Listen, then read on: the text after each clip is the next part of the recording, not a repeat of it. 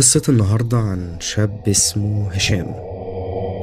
هشام شاب عنده 25 سنة، بيشتغل محاسب في شركة صغيرة. حياته عادية جدا، ما فيهاش أي شيء جديد ولا مثير. لكن بصراحة كل ده اتغير تماما في ليلة واحدة من ليالي شهر ديسمبر الباردة.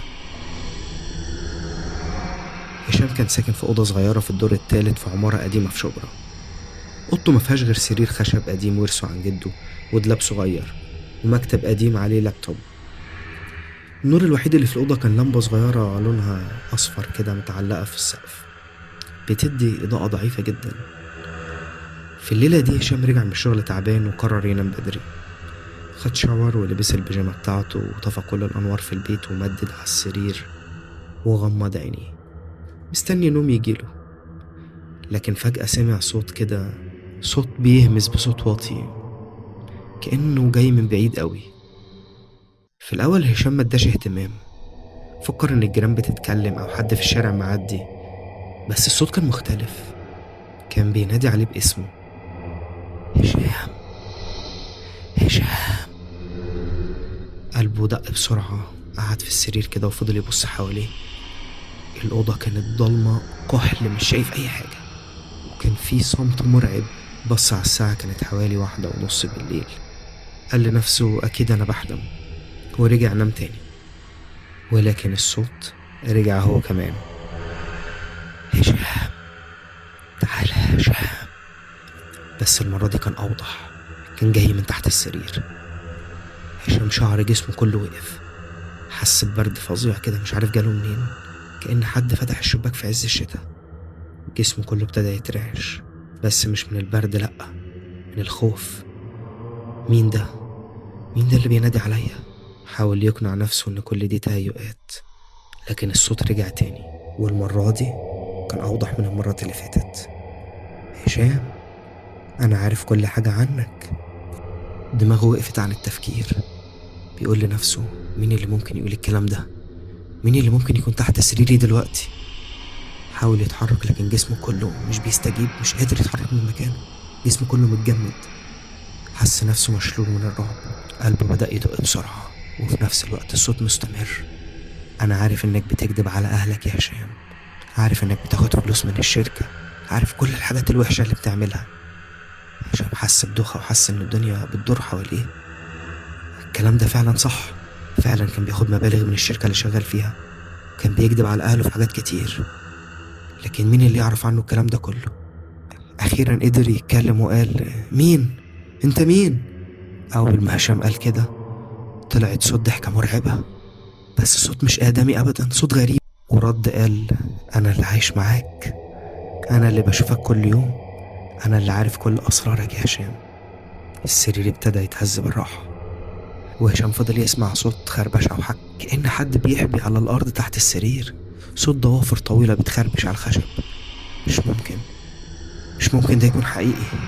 هشام كان بيقول لنفسه هو غرقان في العرق، لكن الصوت فضل مستمر، والمرة دي كان أقرب، كأنه طلع شوية من تحت السرير. فاكر لما كنت عندك 8 سنين ولقيت قطة في الشارع وقتلتها عشان كنت زعلان من باباك؟ أنا كنت شايفك يا هشام. هشام قال لنفسه: ازاي الكلام ده؟ ده سر محدش يعرفه، محدش كان يعرف كده أبدا غيري. كنت طفل وقتها وكنت زعلان فعلا من بابا إنه ضربني، وشفت القطة دي وطلعت غيظي وغلي فيها بصراحة. لكن مين شافني؟ أنا محدش شافني. هشام حس بخنقة من كتر الخوف، حس إن الهوا مقطوع عنده، مش قادر ياخد نفسه، فضل ينهج جامد كأنه بيجري بقاله مسافة طويلة. الصوت رجع تاني: عايز أشوفك يا هشام، تعال بص عليا تحت السرير. لا لا لا، مش هبص، أكيد ده مش حقيقي. فجأة الصوت بدأ يتغير، بقى أعمق ومرعب أكتر. بص يا هشام، بص تحت السرير، شوف مين اللي بيكلمك. السرير ابتدى يتهز جامد، وهشام بدأ يسمع أصوات تانية مختلفة، كأن حاجة بتتمدد تحت السرير.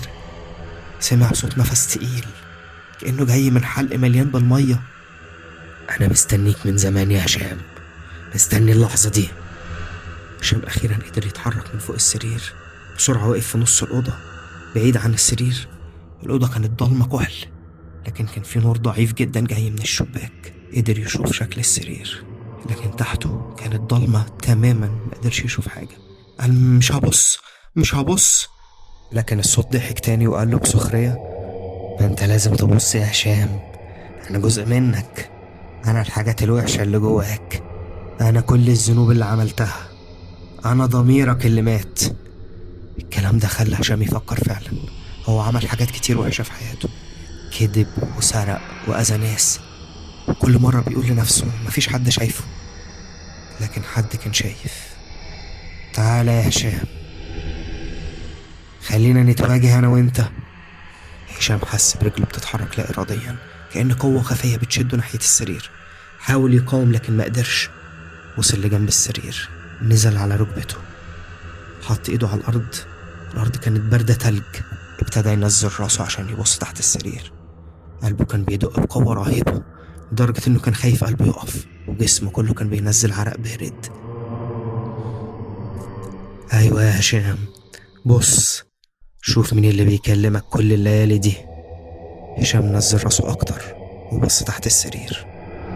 في الاول ما شافش حاجة من الضلمة، لكن بعد كده عينيه ابتدت تتعود على الضلمة، وشاف نفسه هشام تاني تحت السرير، بس مختلف. وشه كان اصفر، عينه مفتوحين على الاخر، بس مفهومش اي حياة، مليانين دم. بقه كان مفتوح بابتسامة مرعبة، مليان اسنان سودا مكسورة.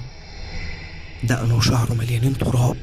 واللي رعبه اكتر ان هشام ده كان ميت.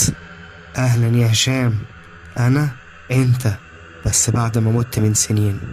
انت مش فاكر؟ انت مت في حادثة العربية دي، وانا روحك اللي عايشة في الجحيم، وجاي لك اقولك ان مكانك جاهز معايا. هشام صرخ صرخة مرعبة، بس لما صرخ ما طلعش صوت من بقه. فهم انه مات فعلا، وان كل اللي بيحصل له ده كان في عالم ما بين الحياة والموت. استنى يا هشام، انا جاي اخدك معايا. الجثة ابتدت تتحرك من تحت السرير. هشام شاف ايد عليها دم ولحم كده متقطع، وبعدين رجل، وبعدين الجسم كله ظهر. في اللحظة دي هشام فهم حاجة مرعبة، ان السرير اللي كان نايم عليه ده مش سرير، ده التابوت. وان الأوضة اللي كان فيها دي مش أوضة، ده قبره. وان الحياة اللي كان فاكر انه عايشها كانت مجرد ذكريات بتتكرر قبل ما روحه تنزل للجحيم اللي مستنيه. الجثة لمست كتفه بإيد باردة، قال له: يلا يا هشام، خلاص وقتك خلص في العالم ده، تعال معايا للعالم اللي انت تستحقه.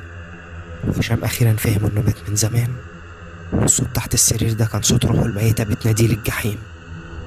تاني يوم الصبح الجيران سمعوا صوت صرخة مرعبة جاية من شقة هشام.